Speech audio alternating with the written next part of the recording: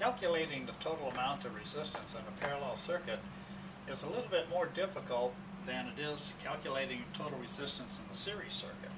With the parallel circuit, we can't just add the resistances because we have these in parallel. So every time that we have two or more of these branch loads out here, those resistances have to be calculated as a form of conductance, which is an electrical unit, and is equal to this particular part right here. G is equal to 1 over R. What this means is that if we have this resistance in ohms, and we take the reciprocal of it, which is 1 over that unit, it turns it into something called conductance, which is, instead of being how difficult it is for current to flow through the circuit, it is more of a how easy it is. The unit of conductance is the Siemens.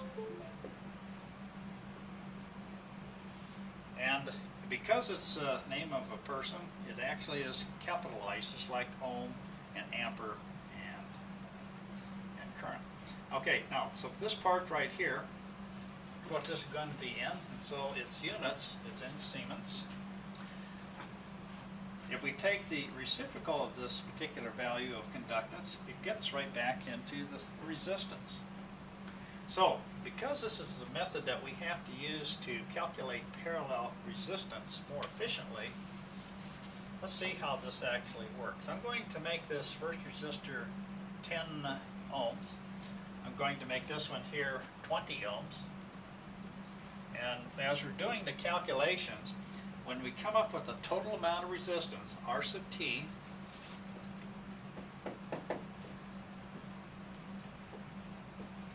we're going to find out that the total value has got to be smaller than the smallest resistance. And that way you'll have an idea that, hey, this came out right in the calculation.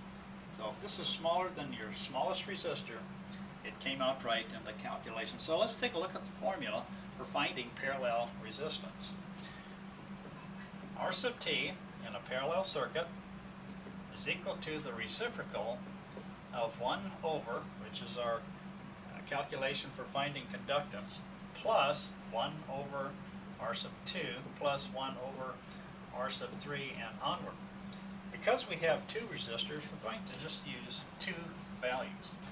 So first of all, plugging that in, let's take a look at what we have for 1 over R1. So we're going to take 1 over 10, and we're going to add that to 1 over 20. Accessing your calculator, we're going to take 10. The 1 over x function on the calculator actually is the reciprocal, and it comes out to be 0.1. And we can label that a capital S for Siemens. And we're going to add this to the next one, which is 20 or 20. Reciprocal is 0.05. And a 2 is a Siemens value. Now because we have these two, we've already at these, it's a really good idea if you start putting those into memory location. If your calculator has memory, and it really should, you should be able to store those two values in memory and then recall them, because we're going to need to add them and then use them later. So, taking a look at how this works out then, we're now going to take the reciprocal of these two. So let's add these together first on this operation. It would be 0.05 plus 0.1 equals 0.15. Because we have to take the reciprocal, we're going to take that out across the equal sign. So we now have this particular value.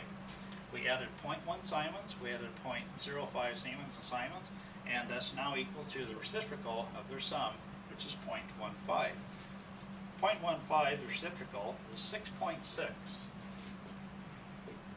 Because it's the reciprocal of a conductance, it's going to come out in ohms. So R sub T is 6.6 ohms. As I mentioned earlier, if your calculation is correct, usually you will find that this will be smaller than your smallest resistance in your parallel loading.